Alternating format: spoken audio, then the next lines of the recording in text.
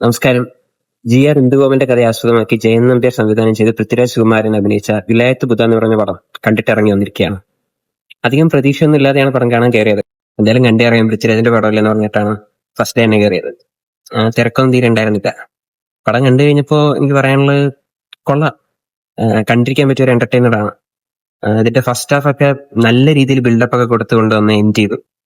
പൃഥ്വിരാജ് സുകുമാരൻ ഗംഭീരമായിട്ടുണ്ട്. എടുത്തു പറയേണ്ടത് ഷൺമി തിലകന്റെ ക്യാരക്ടറാണ്. ഷൺമി തിലകൻ ഒരു രക്ഷയുമില്ല.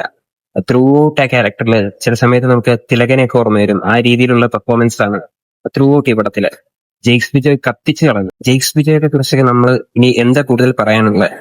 അയാളിപ്പോ തമിഴിൽ അനിരുദ്ധിനെ പോലെ മലയാളത്തിൽ ജെയ്ക്സ് ബിജോയ് എന്ന് പറയുന്ന ഒരു ലെവലിലേക്ക് എത്തിയില്ലേ. ഒരുപക്ഷെ അനിരുദ്ധിനേക്കാളും മേലെ എന്ന് പറയാൻ സാധിക്കും. പ്രിയംവദ കൃഷ്ണനാണ് ഈ പടത്തിൽ നായികയായിട്ട് അഭിനയിച്ചിരിക്കുന്നത്.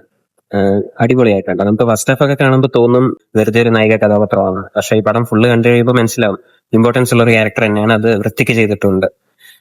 ഇനി നെഗറ്റീവ്സ് എനിക്ക് തോന്നിയ ചില കാര്യങ്ങൾ പറയുവാണെങ്കിൽ ആദ്യം പറയാനുള്ളത് പൃഥ്വിരാജിന്റെ മേക്കപ്പ് ആണ്.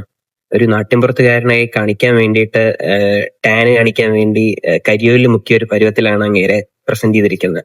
അത് കാണുമ്പോൾ തന്നെ ഭയങ്കര ആർട്ടിഫിഷ്യാലിറ്റി ഫീൽ ചെയ്യുന്നുണ്ട്.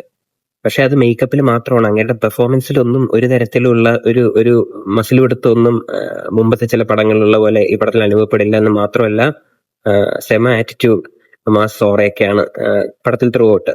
ആക്ഷൻ സീൻസ് ആണെങ്കിലും ഒക്കെ. പിന്നെ ഞാൻ പറഞ്ഞില്ലേ, ഫസ്റ്റ് ഹാഫിൽ ഉണ്ടായിരുന്ന ഒരു ബിൽഡപ്പും കാര്യങ്ങളൊക്കെ സെക്കൻഡ് ഹാഫിൽ എവിടെയൊക്കെയോ നഷ്ടപ്പെട്ടു.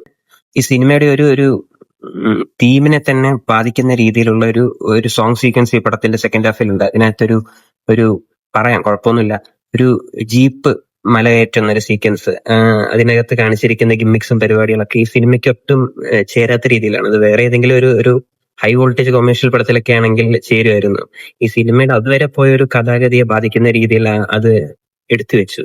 പിന്നെ ക്ലൈമാക്സ് ഒക്കെ എത്തുമ്പോൾ പടം നല്ല രീതിയിൽ പിക്ക് ആവുന്നുണ്ട്. ആക്ഷൻ സീക്വൻസ് ഒക്കെ, പൃഥ്വിരാജിന്റെ ആക്ഷൻ സീക്വൻസിനെ കുറിച്ച് പിന്നെ നമുക്ക് പ്രത്യേകിച്ച് എടുത്തു പറയേണ്ട കാര്യമൊന്നുമില്ല. തകർത്ത് ചെയ്ത് വെച്ചിട്ടുണ്ട്.